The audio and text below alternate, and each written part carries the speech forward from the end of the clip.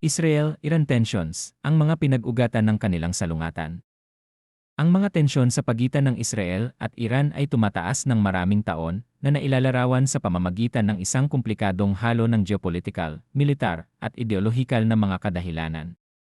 Ang namumuong tensyong ito ay may makabuluhang implikasyon para sa katatagan ng rehiyon at pandaigdigang geopolitical dynamics.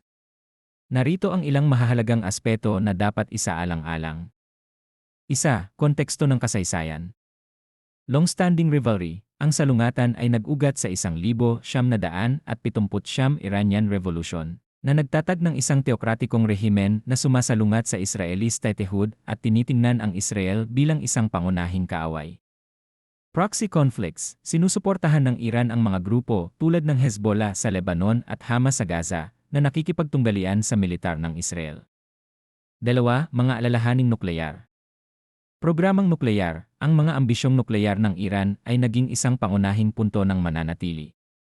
Itinuturing ng Israel na ang Iran na may armas na nukleyar ay isang eksistensyal na banta at paulit-ulit na hinahangad na hadlangan ang mga kakayahan ng nukleyar ng Iran sa pamamagitan ng sabotahe at mga welga ng militar. Diplomatic efforts, ang Joint Comprehensive Plan of Action, JCPOA, na nilagdaan noong 2015 ay naglalayong limitahan ang programang nukleyar ng Iran kapalit ng kaluwagan ng mga parusa.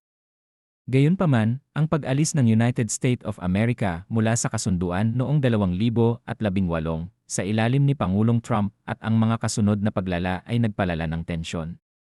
Tatlo, pagtaas ng militar. Mga pag-atake ng militar, nakibahagi ang Israel sa mga airstrike laban sa mga target ng Iran sa Syria, na naglalayong pigilan ang pagtatatag ng permanenteng presensyang militar ng Iran malapit sa mga hangganan nito. Cyber warfare, parehong nasangkot ang dalawang bansa sa mga cyber operation, kung saan ang Iran ay naglulunsad ng mga cyber attack laban sa infrastruktura ng Israel, at ang Israel ay iniulat na nagsasagawa ng mga cyber operation na naglalayong sa mga pasilidad ng Iran. 4. Regional dynamics. Pagbabago sa mga alyansa. Ang normalisasyon ng mga ugnayan sa pagitan ng Israel at ilang Arab na bansa, Abraham Accords, ay nagbabago sa rehiyonal na dinamika dahil ang mga bansang ito ay maaaring tumingin sa Iran bilang isang karaniwang banta. Potensyal para sa salungatan. Ang presensya ng mga puwersa ng United States sa rehiyon ay madalas na isang estratehikong gulugod para sa Israel, ngunit ang mga proxies ng Iran ay nagbabanta sa mga puwersang ito, na nagpapataas ng potensyal para sa direktang paghaharap.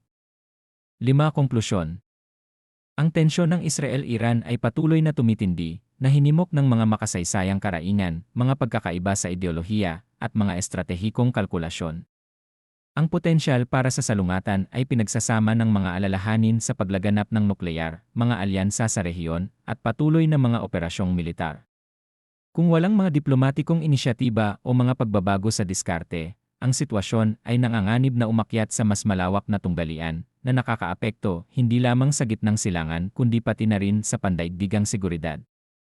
Ang mga pagsisikap para sa dialogo at de-escalation ay mahalaga upang maiwasan ang higit pang pagkasira ng mga relasyon. Kung nagustuhan mo ito, ay click ang like button at mag-subscribe para sa iba pang kaalaman.